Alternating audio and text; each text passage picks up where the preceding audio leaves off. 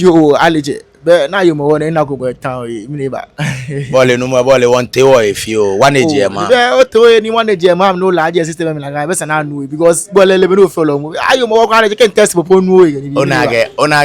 Onage we can be ashamed okay we can be in trust small post o am allowance ona onyo ohia me na me what more 3 goals onu me shi okay soon time e go ba me hard onu me shi no me ba me hard wa bia na ni o ato yin fi o bu ani bi go man na ni go ba me da me pa gba media pe so e don indro mo me fen yi well your live your plug no am no your plug no ni penny you am kemoji. Now on the scarce I've grown from my fears, found my inner strength, wiped away my tears. Cause who Jah bless, no one cares. Oh God, this year I wanna take my share. One thing is clear, I know my time is near. No giving up cause I'm almost there. Success I knock on your door, please open me.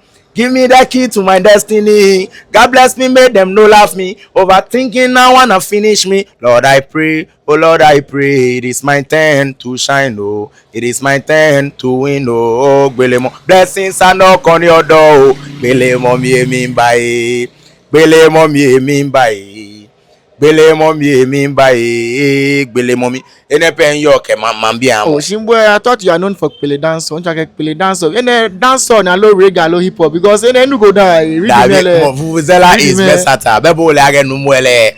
J pele pe onu me she wa. If your music, everything music ele no mwe me no. No ele no onu me she. Okay, na boche. No you have me no ne. Oh, that will be our course more freestyle, man, freestyle. Oh, me don't come and be a touchy plug. Me know you more touchy plug. Yeah, more banana touchy plug. No, na vuvuzela chalo be freestyle. Fufu we bagbele kono jo be freestyle for the way. Okay, I believe you.